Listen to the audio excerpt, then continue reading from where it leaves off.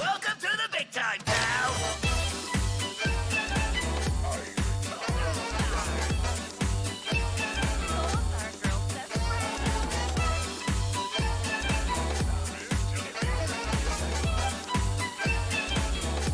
The victory is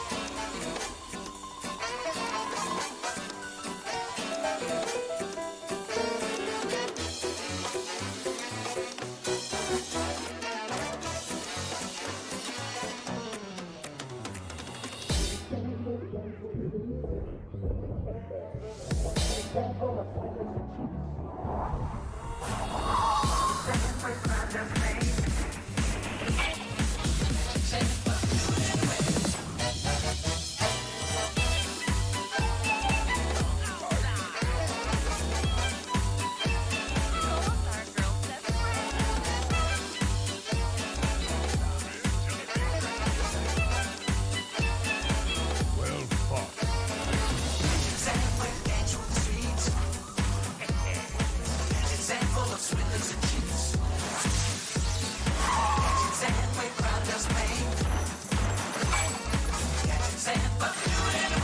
Welcome to the big time, pal!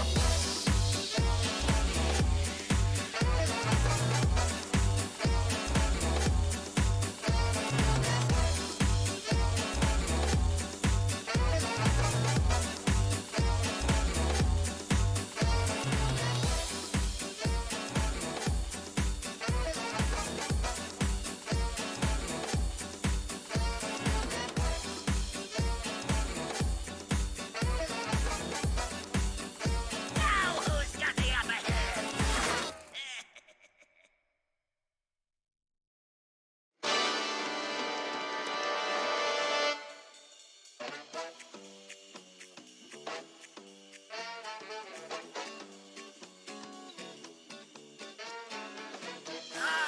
Gadget Sand, the city of Armatu.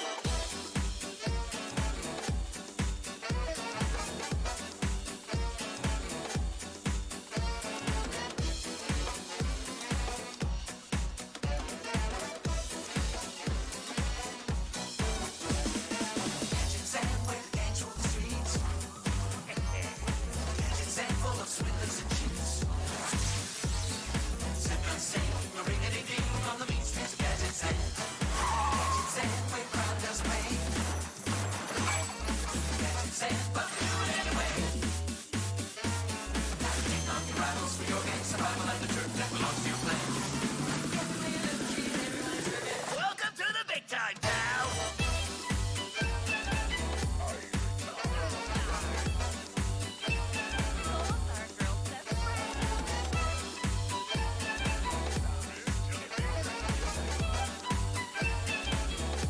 The victory is yours.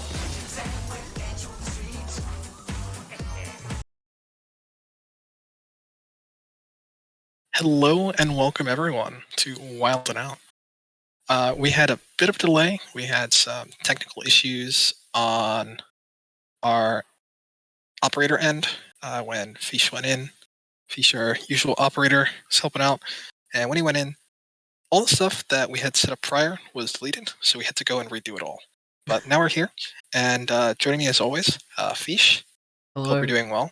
I'm doing well, thank you. And this week we have special guest Hyperin. Hello. I hear you're a fan of Hero Power Mage. I can say that I am a fan of that deck. It does get some certain opponents. It does. Noobs especially, I hear. Yes. So, we have a lot to talk about. We had to cut down a little bit on certain things, but we do have other new sections being brought with this being week 4. We'll have a bit more to talk about that later. First off, our player of the week. Hi, Bryn, you're here. And I know this one was a bit personal to you. Who do we have as our player of the week? Yeah, begrudgingly, Tiger Eye is the player of the week. His opponent, me, brought a lineup which was hard targeting the decks he had been bringing throughout the season, namely being Ignite Mage. But despite the hard target, Tiger Eye played very well to his outs, and he managed to barely squeeze the mage through in Game 5, beating the Wrench Caliber Pirate Warrior to secure the Ignite victory and take the set, which was very devastating for my personal experience. But I will say Tiger Eye did play very well. For what it's worth, you've definitely been helping your team out a lot, and we'll see some of those results displayed later. So don't worry too much. Yeah. So with that, on to the lineup discussion from the last week. That's up on the screen. So starting off with Demon Hunter, we have another. Oh wait, no, I'm so sorry. Fish. I'm rushing things. We had Dex of the Week to talk about. I thought we usually did this and then Dex of the Week. Guys, I'm jet lagged. I've been jet lagged all week. I flew at the beginning of the week and I've been scrambling since. So excuse me. Yeah, let's go back to the decks. Yeah. Look at this Total beast. mess. Demon Hunter first. We have a Reno Demon Hunter this time. We'll be talking a little bit more about that later. Aside from the usual aggro and odd Demon Hunter brings from certain players. Druid. We don't see much of a shift. Still mostly Cthulhu Druid, followed by Linecracker Druid.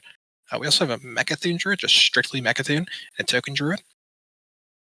For Hunter, things also pretty much status quo. Mostly Odd Hunter, some Even Hunters, and then a few straggling archetypes beyond that. Mage, seeing slight recovery from the week before. More people are bringing Ignite again. 28 brings there, followed by 9 Waker Mages. Some other niche choices, once again, but for the most part, it's a 2-deck class. Next week, who knows? Paladin. We do see a slight uptick in Paladin as well. Primarily aggro Paladin, with some hand buff Paladins, but we're also seeing Reno hand buff Paladin pop up. 4 of those. They're mostly the same build from Otters, but we'll have more to discuss on that later. Priest, dropping quite a bit. See a little bit of Inner Fire Priest now. This has been popping up a little bit, not really as much beforehand. It's usually 1 or 2 brings, and now some other people are also bringing it. See how it performs. Rogue. This class was all over the place the last few weeks, but it seems like people are finally settling on Pillager Rogue as an archetype to bring within the class. 8 brings there, and everything else is just 2 or fewer. Okay, still a lot of jank in there. Still very messy. We'll see if people settle on other archetypes beyond Pillager. Shaman, not much really to report here. Some Frog Shaman again. This has been popping up on and off throughout the season. 3, this is the most we've seen. But again, it's not really popular enough to really say it's coming onto the scene. It's still very much an off-meta pick. Warlock. Not much to really report on Warlock. This is mostly the same from last week. Only 1 fewer bring from the week before.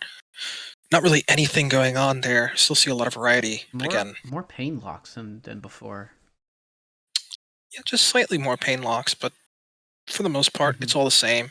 Yeah. It's not really much to see in terms of shifts there. And finally, Warrior.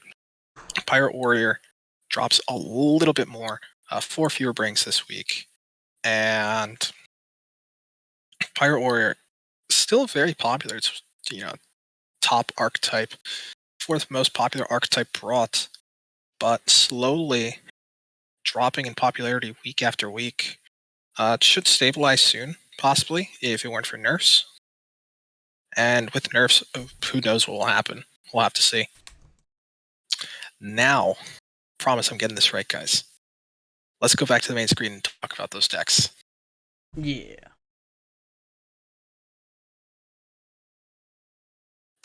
First up, Fish, what do we have?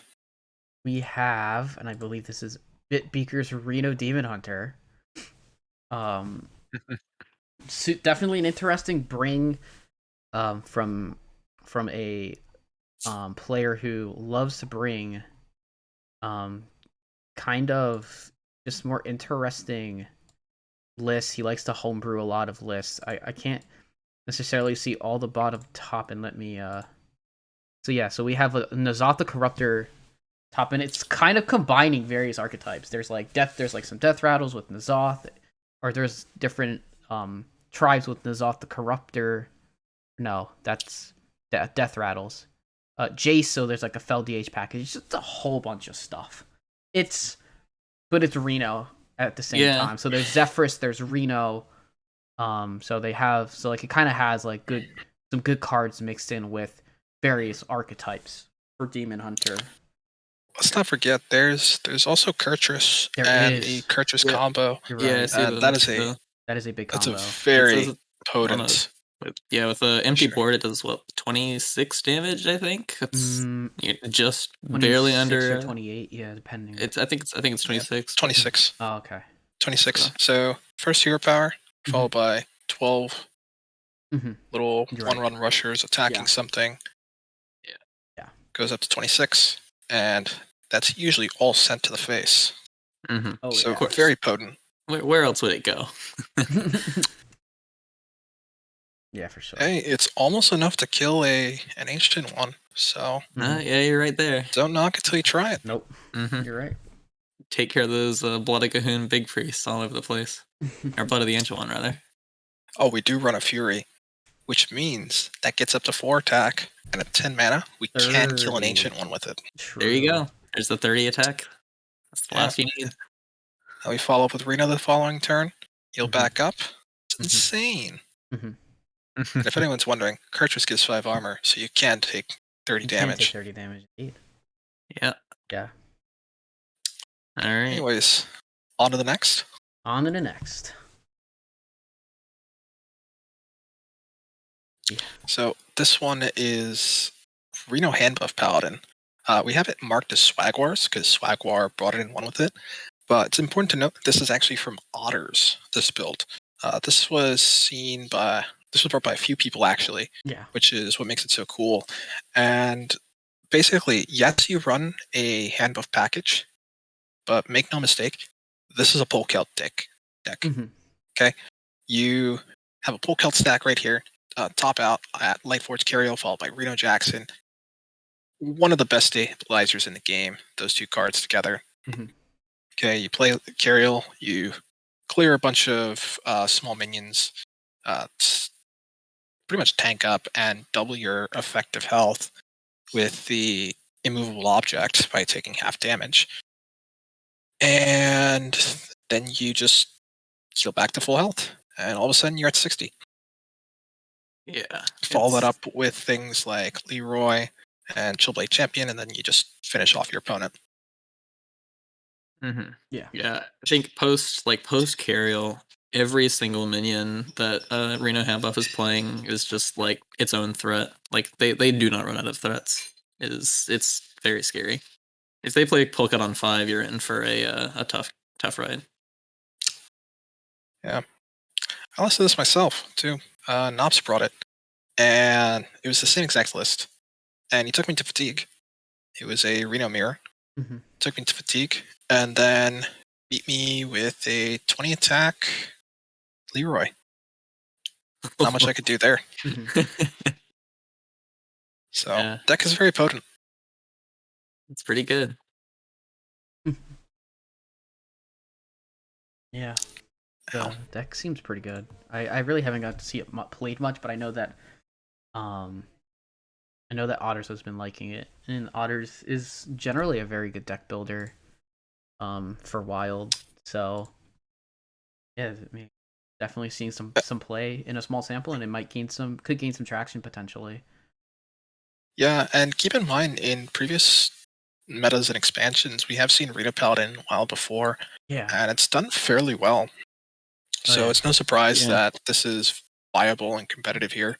Yeah, there's been a few different builds. I know you have like the greedy builds with Nozdormu that just play that on 4 and Yeah. then you play all their big stuff every turn after that. But I definitely like this build. I think it's like surprisingly consistent. Like, I mean, obviously if you play Polkill, you play Polkill, you usually win unless you're like against another really greedy deck. But it's Gotcha. very potent. Yeah, it seems really solid.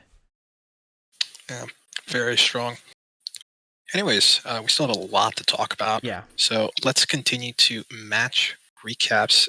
First up, we're going to go over the standings. So Yeah. let's take a look at that on the top. We have F12 Viridian, my own team, and Team at Any Cost Wild at the top. After Any Cost Wild, we have Everyone's a Winner, 2 points behind. Okay. Something to note, though, the difficulty in schedule among these teams. At Any Cost Wild is in second place, but has the hardest schedule so far. Yeah, Really goes they're to doing show. really well. Yeah, and I believe there were a few people that had them a bit underrated Oh, at the start of the season. Yeah, I did for sure. Yeah, most of Like, us did. notably. So seeing them perform this well right out the gate is very impressive. For sure. Yeah, definitely. They're doing well. They haven't lost a match yet. They're one of 3 teams that have not lost a match. Yeah, DuoCap put together a very strong team there. So after the top 3, we have Bash Bros at 4. Fish, I'm sure you can speak to that, helping carry your team a bit with Mr. Python and company. Yeah. I know you mentioned Anuminator has had a lot of things going on lately. Yeah. So I'm sure teammates like her appreciate the picking of a little bit of, I don't want to call it slack, but the lack of time to really focus and prepare in these series as much. Yeah. After that, we have the Rumble Tusk Shakers, Seth and company. And then Tagger Fans, 60 points, sorry. Hair Club, the runner-up last season at 58 points, 2-2. They've had a pretty rough schedule, so don't be surprised if they bounce back a bit. We have a little bit of a gap. Turdy Wordy Poggy Woggies 2 at 52 points. South Sea Legends at 51. Then we get to the bottom with Pog Merchants, Aussie Pillager Mains, and Wild THL Fanatics rounding out the conference. Well, I should say the series. Yeah, I mean, there's definitely some clear gaps with teams in the season. The middle's a little bit jumbled, but kind of have, like, I'd say, like the top teams. Then you got your bottom teams in the middle is going to be a big fight for the playoff spots. It's definitely very close. I mean, like this early on in the season, there's so many weeks left that like it could completely flip around. But yeah, we'll see. Yeah, this is far from decided. Even Wild THL Fanatics at 39 points isn't out of it yet. Nope. Few weeks with some wins, and they're right back in the running. We've seen how teams like the top 3 do just by winning games, how they just rack up a ton of points. Mm-hmm. So if one of those lower ranked teams can do that, they can very easily jump back into the playoff conversation. Yeah. Mm-hmm. So we also have our first match on here, Bash Bros versus Aussie Pillager Mains, who we were just talking about.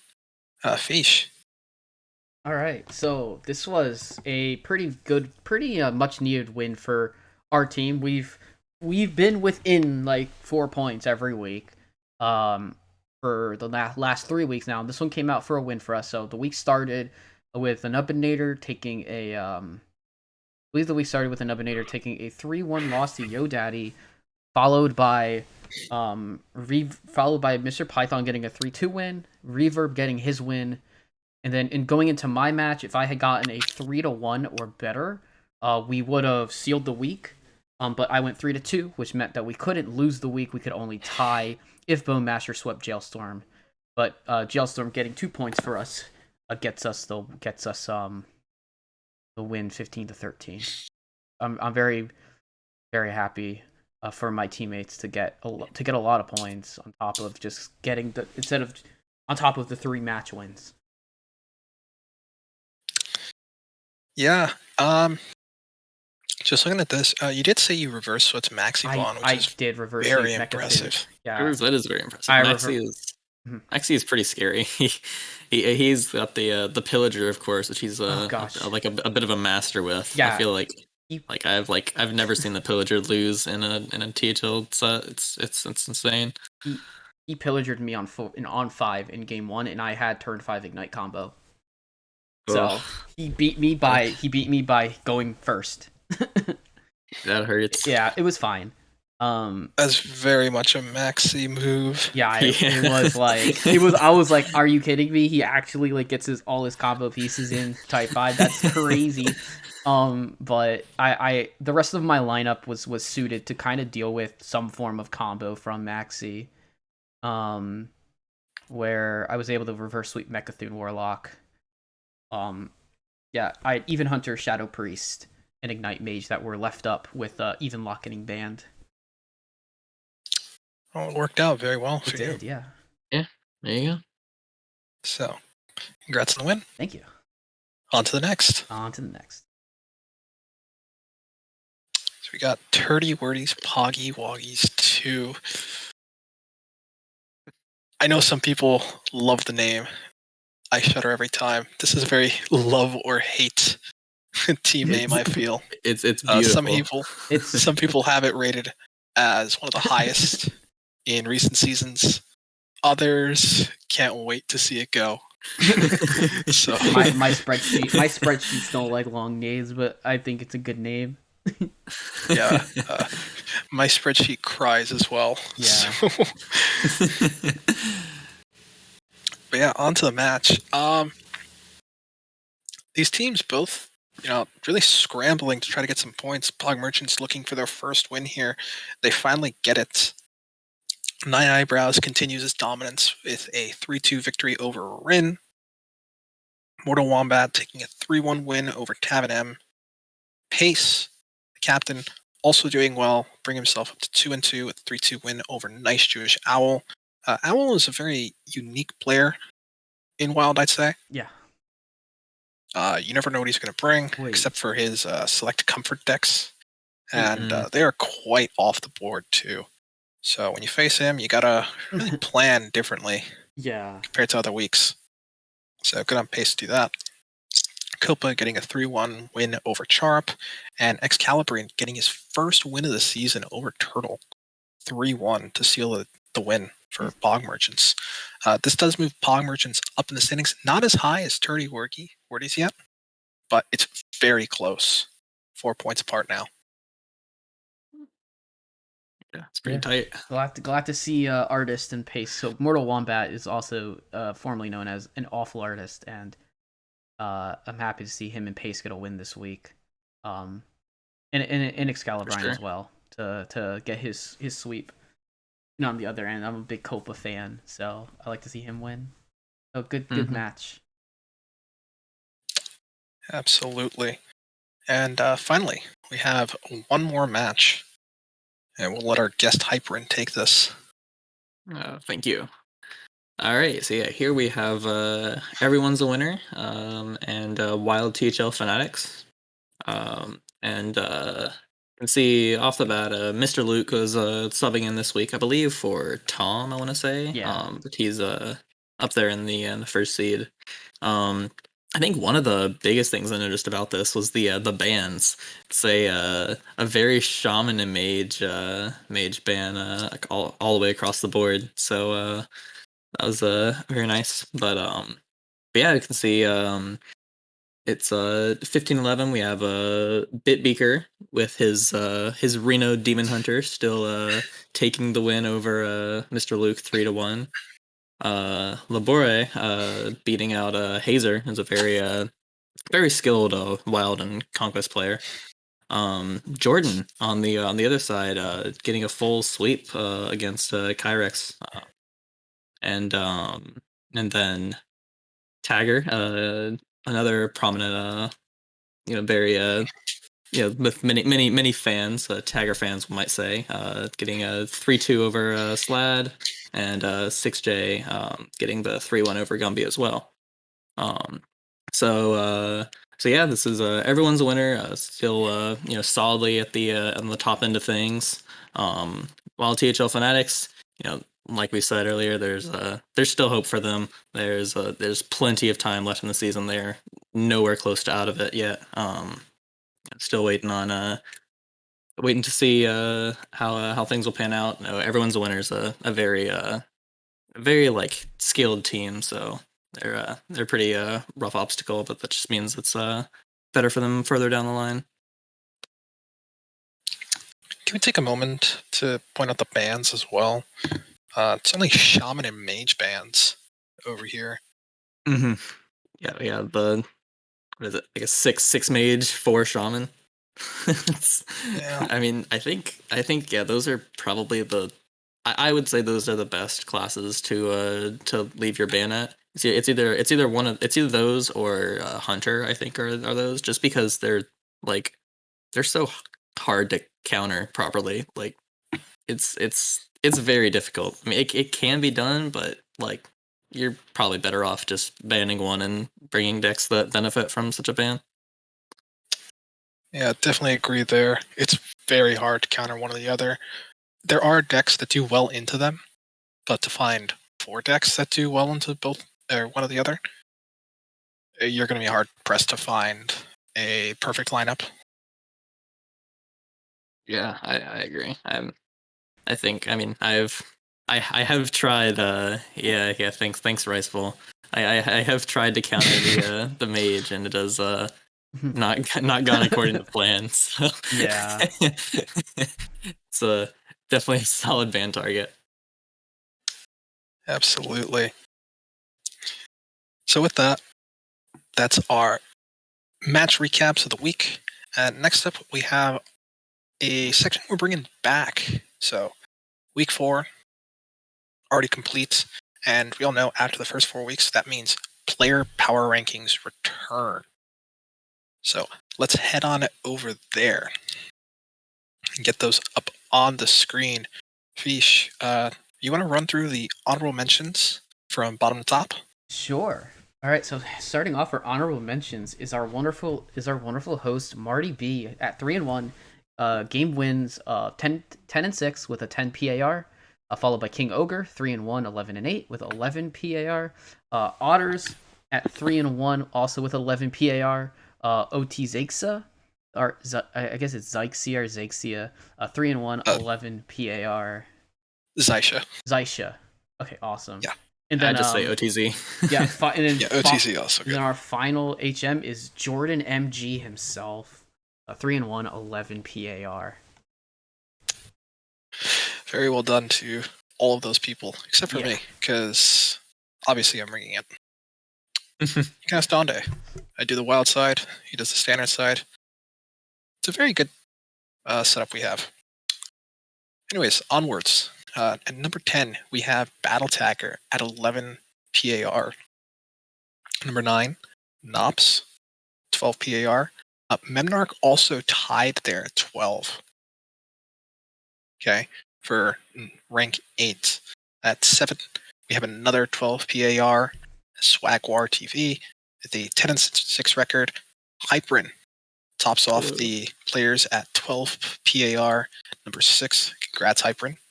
Thank you. Very, very strong, solid showing early on. And number 5, we have 9 Eyebrows 13 PAR. Things start to separate here in the top 5. 4, Corb at 14 PAR. You'll notice the top 4 players all have undefeated starts. Number 3, Mr. Python at 16 points above replacement. My co-host, Dr. Fish, ranked to 17 points above replacement. This is early crossover player of the season. Oh man, no jinx. All right. I won't say any It's all more. good. Moving on. At the top, this is why I know I'm not jinxing you, Fish, because you're ranked 2. I am. Number 1, we have Get Meowth. You're the god. Yeah, at 19 points above replacement. 12-3. Absolutely dominant. He doesn't even average 1 loss per match. Just insane. And I can tell you this is because he really wants to catch up to Corb in lifetime stats. But Corb keeps winning too, so Meowth just cries every time. Yeah, he's guarding that 1 seed. He's not gonna let me off take it. No. I do have to add a few screenshots for the next show where Meowth complains and shouts he can't keep getting away with it. Oh, poor Meowth. It's fine. We'll be nice and rate him after the stream, I think. Potentially. Or do we have a match, Feach? We have matches. Even better. Even better. So stick around for more matches after this. Yeah. Who wants to watch that scrub Meowth anyway? Oh, yeah, we have Yep, we have 2 matches, but I can talk about that at the end. Yes. Definitely hype them up later. Let's get going on everything else. So, we have one more section, or before we head back to our main screen, we have our match preview. So, let's get that up real quick. This one's another personal one for me. Oh, let's go. F12 Viridian versus Rumble Tusk Shakers. Okay, for anyone wondering, NoFid 2 Electric Boogaloo had to change their name to the Rumble Tusk Shakers after Seth lost a bet and had to craft golden Rumble Tusk Shakers and include them in his deck every single week for the rest of the season. Last season. Yeah. With it came this fantastic logo. Thank you, Sunday. And I'm really happy we can finally get it on screen. Yeah. A little bit bigger than the one in the standings. So, on the bottom, we have our lineups. Okay. Rumble Tusk did go for some counter lineups here. Corb and I got a little screwed on that, but we're good players, and Ignite Mage can't properly be countered. So, those will likely get through, and as long as we can get through the rest through, we'll be good. Yeah. My spirit lives on with Tiger Eye. I'm a big fan of his lineup here. There's surely there's no way the Ignite can beat the Rich Caliber Pirate Warrior. Would never happen. Don't copium us, Corb. Oh, believe. You got this. You got this, Corb. It's Come on, fine. good player. You got this. It's fine. We'll all make it. I have not seen the text. Well, yeah, it's very Tech W, but let's go. It'll be fine. Yeah. Sadly, we're not featuring one of those matchups this time. We're going to be featuring Neji Boston versus Glare, actually. So let's get that on the screen now. Fish, tell us about Neji's lineup a bit here. All right, so Neji has brought Odd Hunter, Ignite Mage, Aggro Shadow Priest, and Free Shaman. So 4 decks that I would consider to be quite good. No, I don't see any out of the ordinary techs or anything like that in his lineup.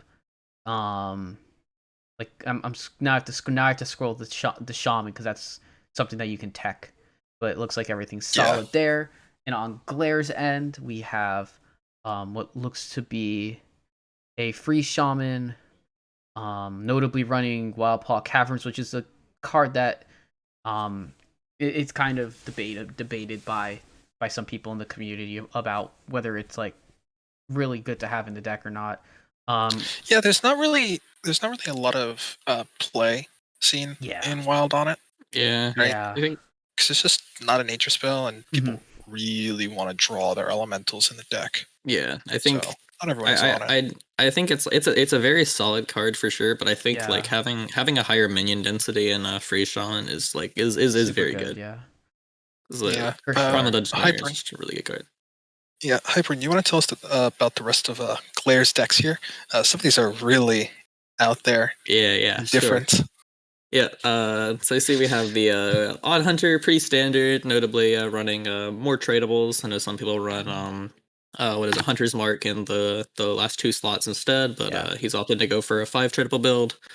Then we have Druid, and well, I think like nowadays most Druids are have cut alignment and are running Guff with a different win condition instead. He's come back to alignment with what looks to be like a charge OTK. So he's got I see Sky Captain Crag, Mr. Smite, Germination Arbor Up, and Savage Roar in there as well. So if you can make it to turn 8, then that is a lot of charge damage coming out. So we'll have to see how that does. I notice the Cold Tooth Mines as well to tutor the alignment. So drawing that should not be an issue. And lastly, we've got a tax paladin or aggro paladin, but a bit of a twist. We have the high roll Feckle Molten package in paladin here. That's been a very I guess silly thing that paladin can do for a while, but definitely powerful if you manage to draw both Feckle and 1 or 2 Moltens. Yeah, I know we also can see he's got some tech in there with the Mindbreaker, and then Rebukes Mana and Wraith.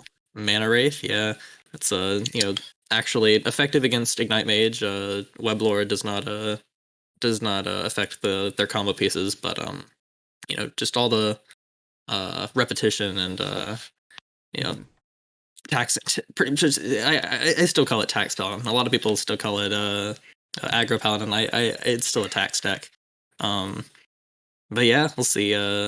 And notably, since he's running Tethekal Molten, he had to cut Drekthar, but that also opens the window for Lothab, which is a very very strong staple card. But yeah, definitely going a bit away from the standard builds of Druid and Paladin here. So we'll have to see how that plays out. Yeah, I'm getting shades of Wild Open 2019 with that Paladin build. The only difference is this deck doesn't have Murlocs. Ah. Yeah, Blast from the Past. Very interesting. There's Rally in there too to summon ideally Mindbreakers again for Hunter. Mana Wraith punishes cheap minions, obviously. There's a lot going on here. So, see how it goes. Yeah. Very interesting choice. Obviously, I can't say which side I think is favored, one way or the other. Obviously, I'm going to say, well, everyone knows who I'm going to say. And clearly it's not Neji, because you have to carry his ass every week. That's fine. Oh my god, it doesn't stop even on the Wild show. I love it. It's fine. Oh man. He's happy because he's finally at home in the 5 seed. Yeah. He's been wanting this for like 2 seasons now, and he finally gets the 5 seed, so he's very happy. Yeah, cope it up, buddy. That's what I have to say. All right. Good, interesting matchup for sure. I mean, just seeing how the Druid and Paladin will do is going to be an adventure in itself. Yeah. So, with that, that's our match preview. Let's head back to the main screen for our final question. And this one's a bit of a doozy. So, we know Nurse were announced officially today. They were already leaked earlier this week. We know the Read the Docs quest is getting hit Rapid Fire is moving up to 2 mana, deal 2 twin spells, so it can't be run in Odd Questline Hunter. And Sorcerer's Apprentice is at 4 mana, which means Waker Mage is dead. Sorry, Corb.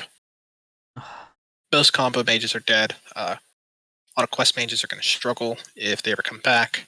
So Infinite Turn Bird Mage, also known as Nops Mage to some, is probably going to struggle. This leads in for Cresselia Mage. Yeah, and Afar Mage is also probably dead. For anyone who remembers Afar Mage, that was Quest Exodia Mage with Sork and Antonidas combo. And Ignite Mage gets hit, and that slows down a ton. Yeah. I don't think Ignite is gone. I think a lot of people it's just like Sork is definitely dead for like APM, like any Drekthar deck. But Ignite, I think the old builds of Ignite before we had the whole like Reddit math thing, the old builds were running Biscuit. I think you could afford to put that back in. It's definitely a much like worse deck, but in a slower meta, like as long as control druids are a thing, Ignite has that 97-3 matchup. So I don't think it's dead, but we'll have to see. Pirate Warrior's gonna survive this. Yeah. You run so many 1-drops. It'll slow it down by 1 minion. I don't think it's gonna do. I think Pirate Warrior will be just fine. Really, it's just what other decks are gonna be kind of that top tier, and is Pirate Warrior gonna actually be able to still like gain more relevance with Odd Hunter kind of being gone now at this point? It seems, especially with the departure of Rapid Fire from the deck. I think that like Pirate Warrior will be fine. It's just a matter of how is like decks the even locks decks that run Defile decks, like Free Shaman is super good into Pirate Warrior. It's just, will that still make Pirate Warrior struggle in a conquest format? It'll be fine on ladder, I bet. But yeah. Otherwise, Yeah, it's a very light touch.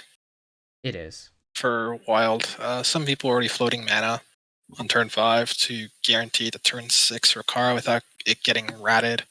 So it's going to affect the deck in certain games, but in others, the impact will barely be felt. Yeah, I think it'll be especially noticeable in in aggro mirrors with the cannon shots being delayed. Those cannon shots are very strong, and setting them back at a minion can definitely be relevant sometimes. But I still think Pirate Warrior will build around the quest, and I still think it'll be pretty powerful. So.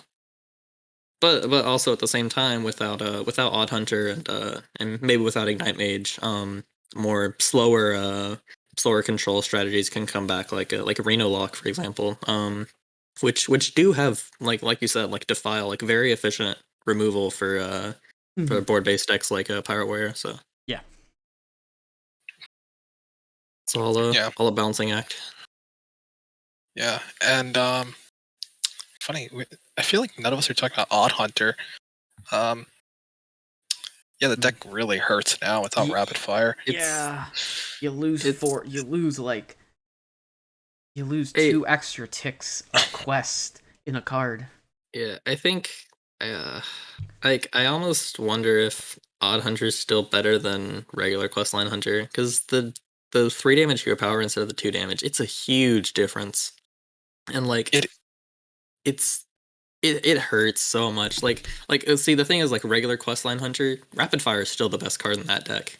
Like, you get to run even cost cards, but there aren't any that are better than Rapid Fire. So, and with Rapid Fire to 2, it becomes a lot worse. So both decks got nerfed, and the non-odd version has been it suffers just to get through 30 health sometimes. So Yeah. Does it come back if we print another 1 mana damage spell? Probably it can potentially. Yeah. I think it honestly it may already be like fringe playable. Just like it's nowhere close to tier 1. I think I would say it's like a tier 3 deck if I'm being generous. I mean obviously I'm using tiers which are, Yeah. can be kind of varied, but I don't expect to see it much on ladder. With another 1 damage spell, maybe, but at least for right now, I don't expect to see it. Yeah. And finally, I do want to say, running back to what you were saying at the start, Hyperin, Mage might not be dead. At least Ignite Mage. Mm-hmm. That Yeah. deck is spooky. There's a lot of stall. There's a lot of cycle. You get to run Jackson, guaranteed now. And if you find a way to run Biscuit and still keep the combo consistent, then the 2 mana that Sork was increased by doesn't matter. Yep. Yeah. So, one thing to note is with Sort going to 4, you can't tutor it with Piper anymore. So it does also lose a little bit of inconsistency there with drawing the pieces. Yeah. Yeah, you go straight to the Auctioneer Jackson build now with all the tradables. Makes And sense. maybe it still works out, because Jackson is pretty good on its own. You can also cut Acolytes of Pain and just run Novice Engineers instead, which has always been better cycle. Yeah. It's just that it costs it 2, so you couldn't run it alongside Witchwood Piper. Yeah, and as White Delight mentions, Magister Dawn Grasp is sometimes a 3rd ice block, so if the deck really needs it, you can try running that too. So who knows? Yeah, I don't think it's I don't think it's completely dead, but it's definitely taken a huge hit. So yeah, hopefully enough to ease up on cheaters. We'll have to see. for sure. Yeah, that would be lovely. Well, with that, we should start wrapping it up, because as Fish mentioned, we do have matches coming up very soon. So don't go away. Stick around for those. Fish, you want to tell us who we have coming up? Yeah, so we have 2 matches. One is going to be starting within the next 15 minutes, depending on when I get the stream up and running, but we're going to have Clarity versus Roadrunner to start in Hero Series. That is 5-seed cross-conference action. And then our second match is Donde, our head of content, one of our board members, versus the Chosen Pie in Legacy 3-seed action. Yeah, stick around for that. We're gonna have a great casting group, and so essentially we're gonna end here, and then I'm probably almost gonna be starting up stream right away just to get the other thing going. Well, should be very exciting. Thanks again, guys, for sticking it out. We're sorry about starting a little bit later than scheduled today, but glad we all got through it and you guys stuck around for it. So see you around next week, and until then, take care.